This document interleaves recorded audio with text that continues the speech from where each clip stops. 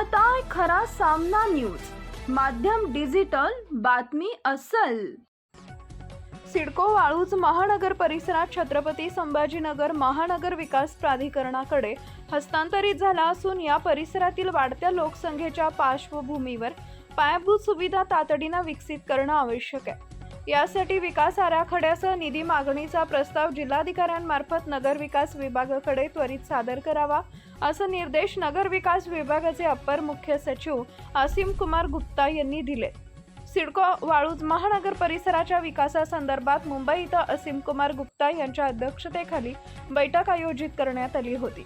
या बैठकीस छत्रपती संभाजीनगर येथून विभागीय आयुक्त जी श्रीकांत, महानगर विकास प्राधिकरणाचे महानगर नियोजनकार हर्षल बाविस्कर, सह आयुक्त तसेच संबंधित अधिकारी दूरदृश्य प्रणालीद्वारे उपस्थित होते। यावेळी गुप्ता यांनी वाळूज महानगर परिसराचा नकाशाद्वारे आढावा घेतला।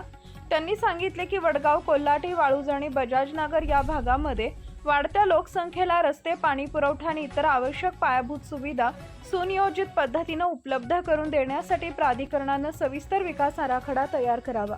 या आराखड्यासोबत आवश्यक निधीचा प्रस्ताव तातडीने सादर करावा, असेही त्यांनी निर्देश दिले। Subscribe now and press the bell icon. Never miss an update.